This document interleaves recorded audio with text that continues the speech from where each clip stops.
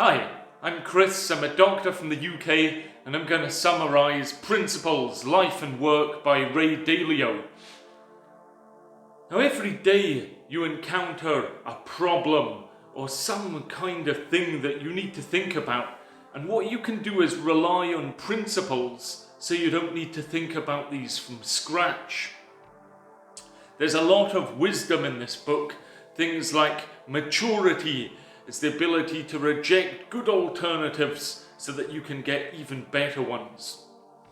And when you think about how you can yourself be the greatest success, it's often actually to orchestrate others to do things well without you. A step below that is doing things well yourself, and really the lowest on the ladder is doing things badly yourself. The author mentions a bit about AI, artificial intelligence, and really suggests that the key here is when both humans and machines are working together, but suggests that he believes humans are still needed to power AI and put it in the right direction. I liked a bit about success and calling this the tall poppy syndrome. Seemingly this is an Australian expression, but what you see is that it's the tallest poppy that gets cut in the field first. So when you're becoming more successful, just be aware that there will be more people who are wanting to cut you down. Regarding goals, get these sorted and then think, how do I achieve these? Because the process of doing and learning is really where you're getting happiness from. And after a while, possessions don't really matter to you. Now, know what you're good at, but most importantly, when you should ask for advice or even other people to make decisions for you. Various good practice behaviours such as facing the harsh realities. Worry actually about achieving your goal. Make your decisions on the basis of first, second, third order consequences. Understand how to manage pain so that you, despite challenges, produce progress. And hold yourself accountable to others.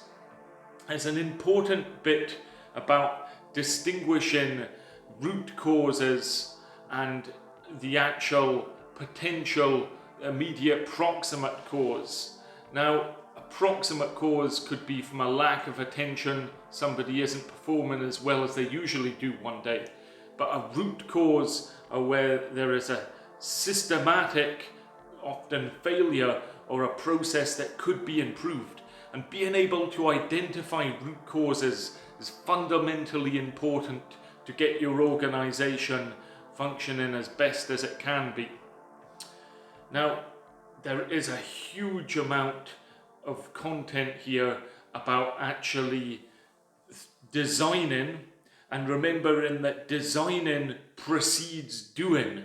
So when you're undertaking a plan, make a plan first before just starting it. Now, good work's very much underrated, and the author suggests that there's only a few people who can continually push through their to-do lists, and which they've prioritized prior to the undertaking action, and then can continue to sustain momentum.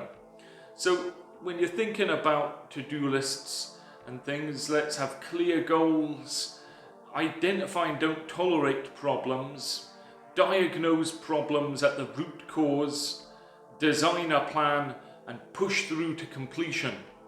So there's two barriers to be aware of: ego and blind spots.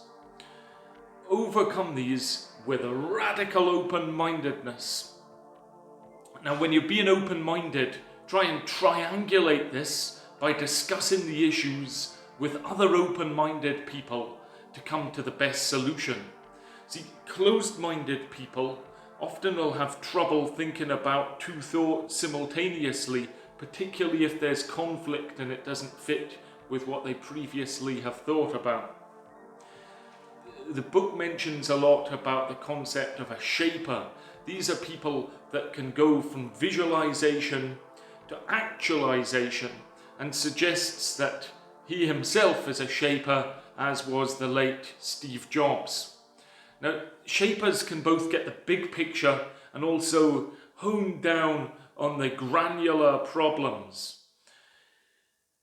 What a shaper is really is a visionary, a practical thinker, and very determined. This differs from a perfectionist who tend to spend too much time on little details and margins at the expense of the important things.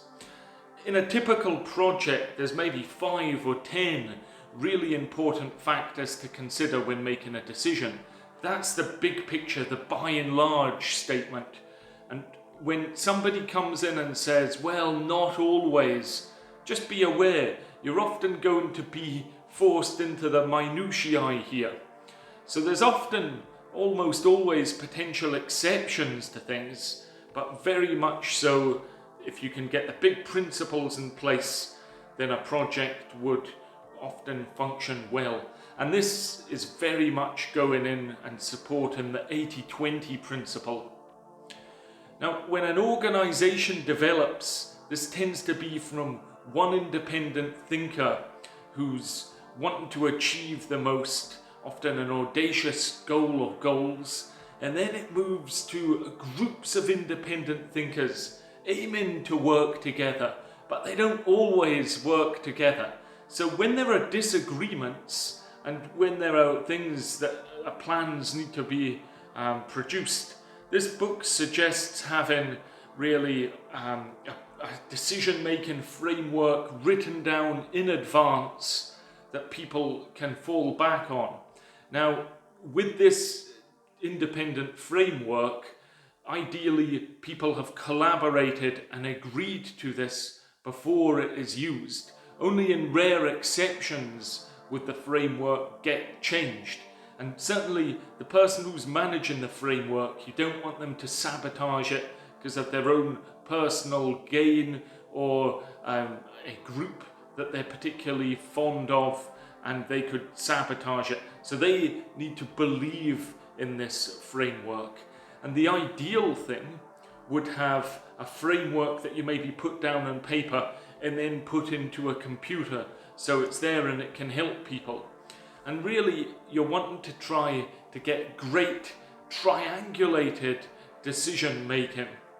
And what we want to do is think about people's reasoning. So often somebody would get the right answer, or an answer that you think, why have they made that conclusion? And being able to dive in and understand their exact reasoning is extremely important.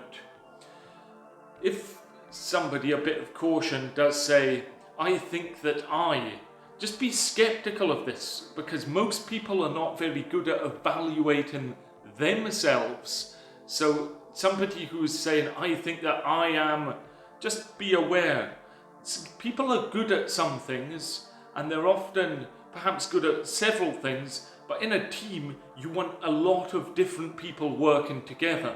So you may have the big picture visionary, who's the goal setter, the kind of tester, who's assigned to a job of identifying problems and not tolerating these. A logical detective can probe into things to diagnose the root cause of issues. An imaginative designer can really craft a plan well and think about improvements. Then you've got the reliable task maker who can actually get things done and execute it. So be aware, people are often not one of these, they are a combination of them. But when designing a team, you really want people with all those skill sets so they can come together in that triangle and make things better. A quick word about recruiting.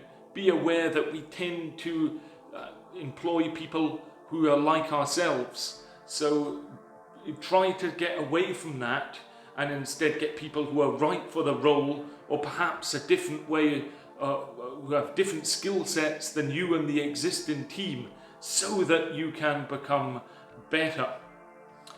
Now, when people have enough power and they can apply it well, this is extremely important. And I think that consistency and being able to use your abilities is fundamentally important. So going back to these principles, these are a form of leverage that can compound your understanding of an issue. And it is my belief that there is nothing that you can't accomplish if you think creatively and get difficult things done. So feel free to comment, like, and subscribe. I hope you've enjoyed that, and I'll see you all next time.